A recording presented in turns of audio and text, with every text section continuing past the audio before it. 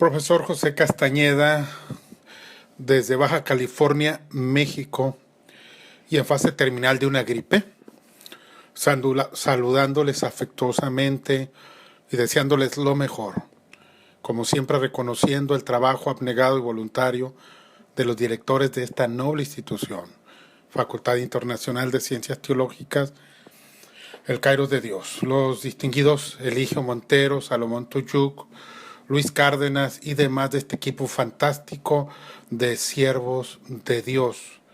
Que los guarde Dios y los bendiga para que sigan haciendo este trabajo posible. Gracias a quienes dedican parte de su valioso tiempo también para escuchar nuestra participación y sobre todo nos mantienen el interés de aportar en cada tema, el saber que podemos hacerles un aporte beneficioso al bagaje teológico de sus ministerios. Un abrazo a todos los que nos hacen el favor de escucharnos a través de este medio. En esta ocasión participando en el tema general, las manifestaciones del Espíritu Santo, y en el subtema, las manifestaciones del Espíritu Santo y el orden del culto.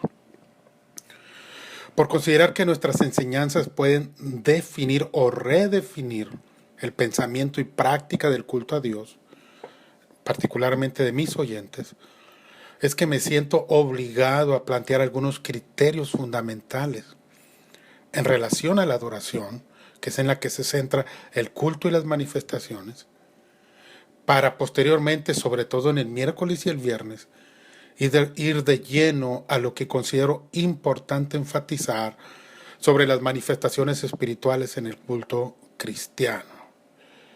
Y en torno a la esencia del tema, comenzaría diciendo que toda persona que ha sido redimida con la sangre de Jesucristo, al ser salvo, se convierte automáticamente en un adorador. Es como nacer y respirar inmediatamente. No se puede vivir sin respirar. La Biblia dice, todo lo que respire, alabe al Señor. La Biblia agrega que fuimos hechos para alabanza de su gloria. Así que ahora ya desde mi tierra natal, desde Mexicali, Baja California, es que les comparto los siguientes audios, esperando que sean de bendición, y después de haber terminado mis 3 meses y medio de trabajo misionero educativo en Salto de Agua, Chiapas. Dios les bendiga, bendiciones a todos. La adoración tiene antecedentes previos a la existencia de la vida humana. En Job 38:7 dice, cuando alababan todas las estrellas del alba y se regocijaban todos los hijos de Dios. Y la adoración seguirá existiendo después de que todo termine en la tierra. En Apocalipsis 4:9 dice, y siempre que aquellos seres vivientes dan gloria y honra y acción de gracias al que está sentado en el trono, al que vive por los siglos de los siglos. Apocalipsis 4:12 agrega que decían a gran voz, el cordero que fue inmolado es digno de tomar el poder, las riquezas, la sabiduría, la fortaleza, la honra, la gloria y la alabanza. Y el 13 agrega todo lo creado que está en el cielo y sobre la tierra y debajo de la tierra y en el mar y a todas las cosas que en ellos hay, oí decir, al que está sentado en el trono y al cordero sea la alabanza, la honra, la gloria y el poder por los siglos de los siglos. Y el 14 termina, los 4 seres vivientes decían amén, y los 24 ancianos se postraron sobre sus rostros y adoraron al que vive por los siglos de los siglos. Naturaleza, ángeles, ancianos, humanos, alabando y bendiciendo a Dios al final, cuando se cierre el libro del Apocalipsis y la historia terrenal. Pero el culto tiene también un inicio y adoración en la tierra. Y estos son aceptados y otros no aceptados. En Génesis 4:3 se menciona los inicios del culto, cuando Caín y Abel vinieron a ofrecer delante de Dios en una especie de culto y de adoración. Y aconteció que andando el tiempo, que Caín trajo del fruto de la tierra, Génesis 4:3, una ofrenda a Jehová. Y en el 4 agrega, y Abel trajo también de los primogénitos de sus ovejas, de lo más gordo de ellas, y miró Jehová con agrado a Abel y a su ofrenda. Pero no miró con agrado a Caín y a la ofrenda suya. y se ensañó Caín en gran manera. Y pues el pasaje dice que se enojó contra Abel y se enojó contra Dios. Abel lo mató, a Dios no lo podía matar, pero sí lo abandonó.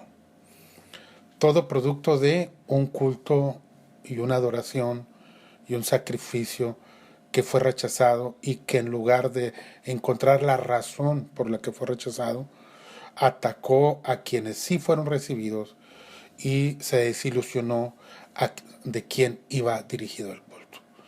Esto no es cosa menor para analizarse en relación al culto. ¿A qué vamos al culto? ¿Qué ofrecemos en el culto? ¿A quién se lo ofrecemos? ¿Por qué nos molesta tanto la forma de adorar de otros que parecen disfrutar tanto del culto a veces más que nosotros? Abel y Caín tienen mucho que enseñarnos al respecto, porque dos hermanos pueden terminar siendo enemigos, aunque sean hijos del mismo Dios. Pueden terminar siendo enemigos por causa de las diferencias relacionadas con la experiencia del culto.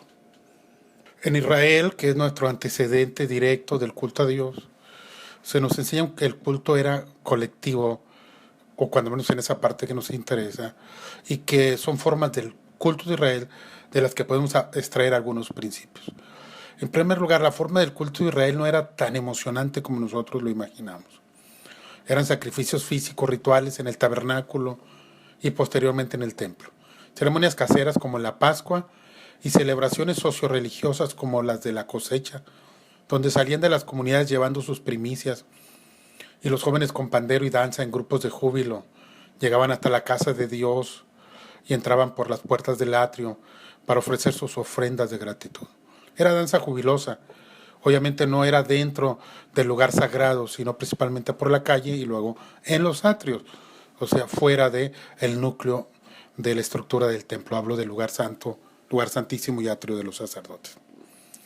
Tal vez la evidencia más importante del culto de Israel lo tenemos en los salmos, el himnario devocional de ellos. Salmo 92.1 dice, bueno es alabarte, oh Dios, y cantar salmos a tu nombre, oh Altísimo. El Salmo 104 dice, entrar por sus puertas con acción de gracias, por sus atrios con alabanza, alabadle, bendecir su nombre. En el 119.64, 7 veces dice, al día te alabo, a causa de tus justos juicios. El Salmo 50, que es la culminación de este himnario, nos exhorta a Israel a alabar a Dios con instrumentos de música. En sus 6 versículos dice, alabad a Dios en su santuario, alabadle en la magnificencia de su firmamento, alabarle por sus proezas, alabadle conforme a la muchedumbre de su grandeza, alabadle a son de bocinas, alabadle con salterio y arpa, alabadle con pandero y danza, alabadle con cuerdas y flautas, alabadle con címbalos resonantes, alabadle con címbalos de júbilo. Todo lo que respire, alabe al Señor. Aleluya. Y el Salmo 6.5 dice, porque en la muerte no hay memoria de ti. En el Seol, ¿quién te alabará? Así que los que están vivos somos los que debemos alabar a Dios. Otro aspecto a considerar es cuando David danza delante del arca. En 2 de Samuel 6, 16, 20 al 22 dice que Mical, hija de Saúl, miró desde una ventana cuando venía David con el arca en fiesta hacia Jerusalén y vio al rey David que danzaba y saltaba delante de Jehová y le menospreció en su corazón. Volvió luego David para bendecir su casa y saliendo Mical a recibir a David le dijo con mucha ironía, por cierto, cuán honrado ha quedado hoy el rey de Israel descubriéndose hoy delante de las criadas de sus siervos, como se descubre sin decorum cualquiera. Verso 21. Entonces David respondió a Mical, fue delante de Jehová quien me eligió en preferencia a tu padre y a toda tu casa para constituirme por príncipe sobre el pueblo de Jehová, sobre Israel, por tanto danzaré delante de Jehová. Y aún me haré más vil que esta vez y seré bajo a tus ojos, pero seré honrado delante de las criadas de quienes has hablado. Todos estaríamos de acuerdo que esta fue una expresión espiritual genuina de David, pero que produjo rechazo de quienes consideraron que se extralimitó y rebajó a él delante de unos, principalmente de los cultos, y tuvo aceptación de otros que lo sintieron a David como alguien que se identificó con el resto de ellos. tengo esa impresión a veces cuando veo al pueblo adorar en un evento especial, y en algunas ocasiones a los ministros los observo nada más mirando y platicando entre ellos. Y si miramos a un pastor adorando, llorando, nos parece como que no es tan maduro, como que es demasiado emocional. Y que los que tienen experiencia y madurez deben de ser insensibles y no manifestarse emocionalmente delante de los demás.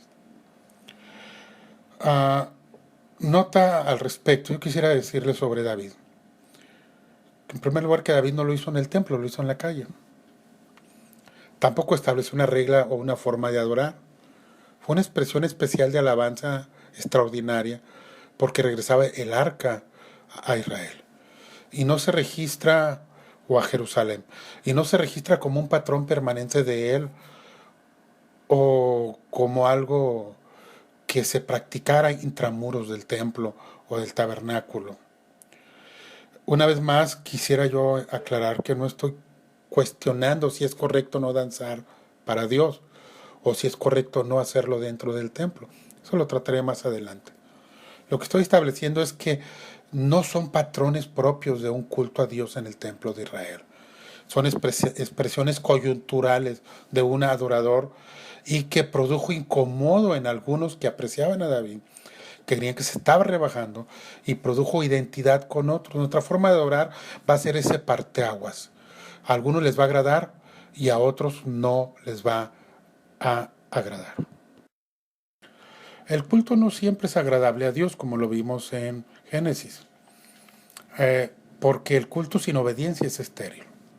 La práctica sin un corazón adecuado, sin una espiritualidad adecuada, es estéril. En Isaías 1:13 dice el profeta, hablando por Dios, no me traigáis más vana ofrenda. El incienso me es abominación, luna nueva y día de reposo. El convocar a asambleas no lo puedo sufrir. Son iniquidad vuestras fiestas solemnes. Vuestras lunas nuevas y vuestras fiestas solemnes las tiene aborrecidas mi alma. Me son gravosas, cansado estoy de soportarlas. En 1 Samuel 15:22, Samuel dijo, se complace el Señor tanto en los holocaustos y víctimas como en que se obedezca a las palabras de Jehová. Ciertamente el obedecer es mejor que los sacrificios y el prestar atención que la grosura de los carneros. ¿Cuál es entonces la esencia de la adoración en el culto a Dios?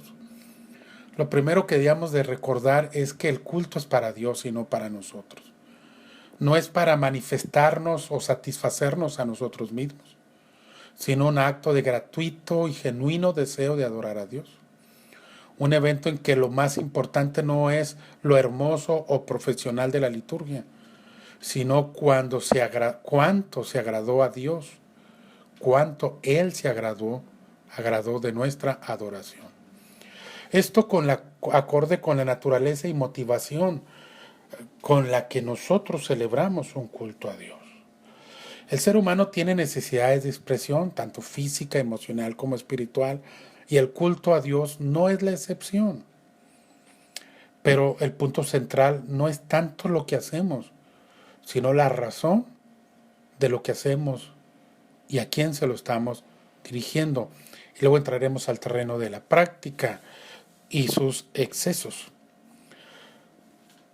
La adoración, según el Señor Jesús, establecida en Juan 4:22, le dice a la samaritana que ellos adoraban lo que no sabían, pero los judíos adoraban lo que sabían, porque la salvación venía de los judíos. Hay un destino, hay un origen, hay una forma para hacer las cosas. Mas la hora viene, dice en el verso 23, y ahora es cuando los verdaderos adoradores adorarán al Padre en espíritu y en verdad, porque también el Padre tales adoradores busca que le adoren. Dios es espíritu y los que le adoran en espíritu y en verdad es necesario que le adoren. El culto en la iglesia primitiva nos orienta sobre el principio de la adoración, cuando menos en su génesis, en sus principios. Los cultos de la iglesia primitiva registrados en el libro de los Hechos se muestran principalmente ligados todavía al templo judío. Y en las casas aparece centrado principalmente también en la enseñanza apostólica, en la oración y en la comunión de los creyentes entre sí, según Hechos 2, 42 y 46. Ya cuando la iglesia se expande entre los gentiles, encontramos alguna forma de culto. En 1 Corintios capítulo 14, del verso 25 en adelante, que está la parte medular, habla de que, en el verso 25 habla de postrarse sobre el rostro y adorar a Dios y dar testimonio de que Dios está allí en ese culto, que hay una experiencia real, una identificación de que Dios se está manifestando en el culto de personas que visitan el lugar. En el verso 26 dice que cuando hay una reunión, ahí hay salmo, o sea, cánticos, hay doctrina, o sea, enseñanza, hay lengua, manifestaciones espirituales, hay revelación y hay interpretación en ese mismo contexto.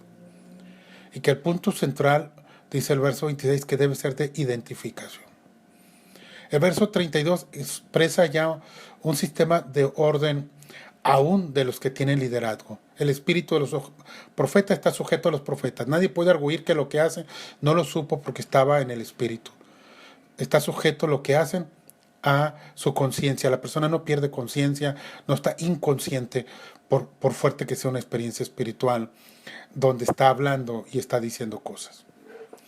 El verso 33 agrega que en el culto debe traer paz y que lo que se haga allí no debe producir confusión. Está hablando, entiendo, principalmente entre los creyentes. El verso 34 establece algo que ha servido para impedir el ejercicio ministerial de las mujeres. Cuando dice que las mujeres callen en las congregaciones porque no les es permitido hablar, sino que estén sujetas y que algo quieran aprender, pues pregúntenle a su marido. Me extraña que alguien lo use para prohibir el ministerio de la mujer porque habla del orden del culto y habla de mujeres que no enseñan, sino de las mujeres que aprenden y que están interrumpiendo con sus preguntas en el culto. No tiene que ver pues con el altar o con el púlpito, sino con la audiencia o la congregación. El verso 36 agrega el riesgo del egocentrismo de quienes son parte de una congregación. Cuando Pablo los confronta y le dice, ¿acaso ha salido de vosotros la palabra de Dios o solo a vosotros ha llegado? Cuando uno piensa que lo que uno hace es lo correcto y los demás están mal, solo ellos están bien, creyendo que son la fuente única de la palabra, como si de allí hubiera llegado solo a ellos la palabra. El verso 37 dice que si alguno se cree espiritual, pues reconozca que lo que Pablo está diciendo es importante y es palabra de Dios. Porque luego tendemos a tener el orgullo espiritual de que solo lo que nosotros decimos viene de Dios y lo que los demás dicen no viene de Dios. Termina Pablo diciendo en Corintios 14, versos 39 y 40.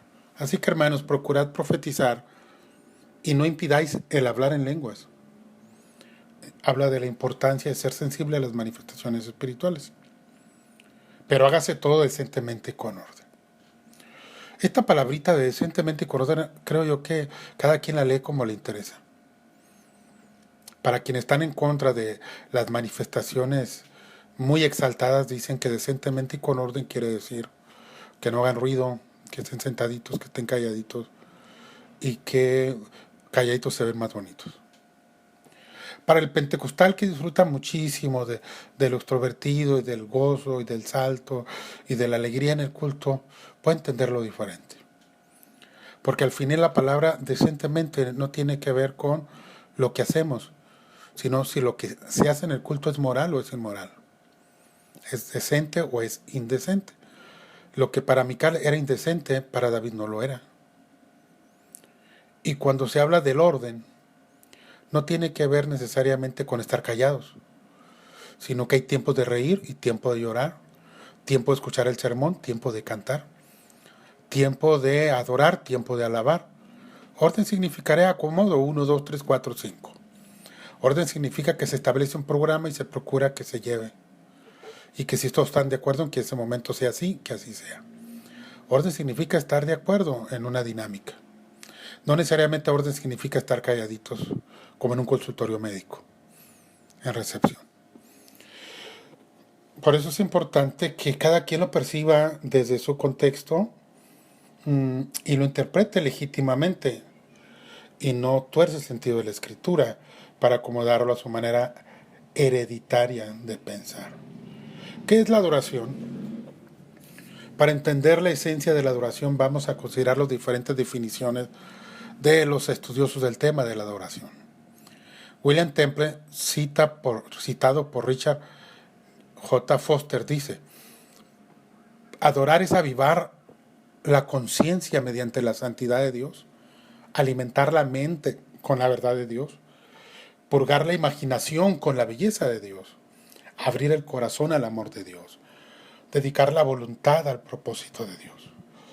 Mientras que Richard J. Foster escribe personalmente: adorar es experimentar la realidad, tocar la vida, es conocer, sentir y experimentar a Cristo resucitado en medio de la comunidad congregada. Es una penetración en la gloria, en la chequina de Dios. Aún mejor, es ser uno invadido por la gloria de Dios. Siguiendo hablando de la adoración, Bob Sorge, en su libro Exploración de la adoración, dice: la definición completa de la adoración incluye la que tiene lugar en condiciones ideales todos los días de la vida, en todo lo que se haga y a través de todas las acciones del creyente. A.W. Tozer, en su libro ¿Qué le ha sucedido a la adoración?, dice al respecto: adorar a Dios significa que le amamos con todos los poderes dentro de nosotros. Le amamos con temor, maravilla y anhelo atónitos. La amonestación de amar al Señor con todo tu corazón y con toda tu mente, Mateo 22:37, puede significar solo una cosa: adorarle. Además, agrega: la adoración debe provenir siempre de una actitud interior. Incorpora una cantidad de factores, incluyendo lo mental, lo espiritual y lo emocional. Joseph S. Carroll, en su libro Cómo adorar a Cristo, a Jesucristo, cita la nota de Campbell Morgan donde dice: lo supremo es la adoración. La actitud de adoración es la actitud de un súbdito inclinado ante el rey. La idea fundamental es la postración, es doblegarse. Sobre el significado de la palabra adoración, Bob Sorge dice: la palabra griega para adorar o para adoración es proskuneo y significa besar la mano, rendir reverencia y homenaje al besar la mano, inclinarse uno en adoración. Se cree que proskuneo viene de la palabra griega para perro, así que el significado original pudo haber sido besar como un perro lame la mano de su amo. Rob Baker Kirtlestone, en su libro Sinónimos del Antiguo Testamento, dice de este vocablo: en la conversación de nuestro Señor con la mujer samaritana aparece 9 veces la palabra proskuneo, en el espacio de 5 versículos, y se anuncia con la claridad del verdadero principio de la adoración. Mientras que Archibald Thomas Robertson, en el libro Imágenes verbales en el Nuevo Testamento, comenta: en el Evangelio de Juan el término proskuneo denota siempre adoración y no solo respeto. Sobre la importancia de la adoración, es bueno apuntar que la adoración es de vital importancia en la relación con Dios, y aquí vale la pena considerar esa importancia desde la perspectiva de Joseph Carroll, quien cita una nota del ilustre predicador A.W. Tozer, dirigido predominantemente a las iglesias anglosajonas, donde dice: el hombre ha sido hecho para adorar a Dios. Dios dio al hombre un arpa y le dijo: he aquí que por sobre todas las criaturas que he formado y he creado, te he dado a ti el arpa más grande. Puse en tu instrumento mayor cantidad de cuerdas y te he dado mayor alcance que cualquier otra criatura. Tú puedes adorarme de una manera en que no le es posible a ninguna otra criatura. Pero él dice: en la actualidad la adoración es la gema ausente de las esferas evangélicas modernas. Somos organizados, trabajamos y tenemos nuestros programas. Tenemos casi todo, pero hay algo de que las iglesias, aún las iglesias evangélicas carecen, que es la capacidad de adorar. No estamos cultivando el arte de la adoración. Esa es la joya brillante que la iglesia moderna ha extraviado. y yo creo que deberíamos buscarla hasta que la encontremos.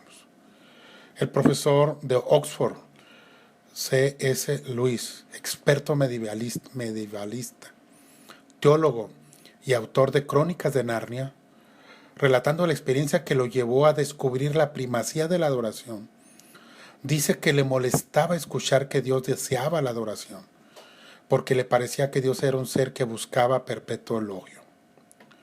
Luego él encontró la respuesta. Él dice, yo no comprendía que era durante el proceso de la adoración de Dios, cuando Él me transmitía su presencia. Aún en el judaísmo, la esencia del sacrificio no era realmente que los hombres entregaban toros y cabras a Dios, sino que al hacerlo, Dios se brindaba a sí mismo a los hombres. En otras palabras, Dios se transformaba en una realidad para ellos, en el acto mismo de la adoración.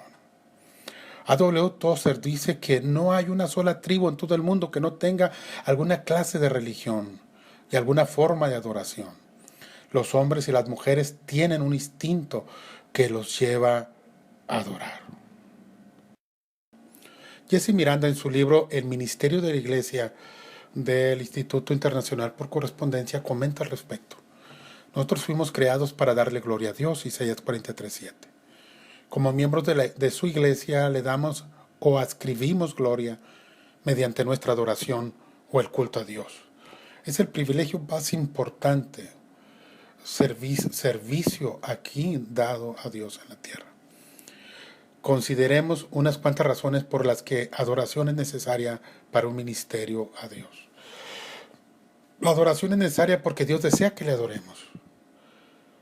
Segundo, porque el hombre nace con un profundo deseo de adorar. Y tres, porque Dios se nos revela cuando adoramos. Samuel Tippit, en su libro Digno de Adoración, escribe: nada de lo que podemos hacer en la vida es más significativo que la adoración. Fuimos creados con la capacidad de conocer, amar y adorar a Dios. Eduardo Nelson, en su libro Que mi pueblo adore, menciona: enseñar y predicar pueden ayudar a un conocimiento acerca de Dios, pero solo la adoración hace posible conocer a Dios. La adoración es el corazón de la fe cristiana. A.W. Tozer agrega que Dios quiere llamarnos de vuelta a aquello para lo que nos creó, a adorarle y a gozar de Él para siempre. Es así por una profunda adoración que llevamos a cabo su obra. Y luego agrega: Jesús nació de una virgen, sufrió bajo Poncio Pilato, murió en la cruz y resucitó de la tumba para formar a los rebeldes en adoradores. Jude Bartel, en el manual que preparó para el Instituto Internacional por Correspondencia de las Asambleas de Dios, menciona sobre la adoración cristiana y dice que suceden tres cosas cuando adoramos a Dios. Número 1, tomamos nuestro lugar privilegiado como sus hijos. Número 2, ponemos a nuestro enemigo el diablo en su lugar y estamos declarando que no tiene autoridad sobre nosotros porque pertenecemos al reino de Dios. Él ha prometido protegernos y guardarnos. Y tercero, por sobre todas las cosas, agradamos a Dios. En los próximos audios del miércoles y el viernes quiero entrar en el culto, o lo que es el culto, desde una expresión de contexto cultural. Las manifestaciones son producto de nuestra propia cultura y de nuestra propia espiritualidad. Que Dios les bendiga y espero serles de bendición. Su servidor, José Castañeda, desde Baja California, México.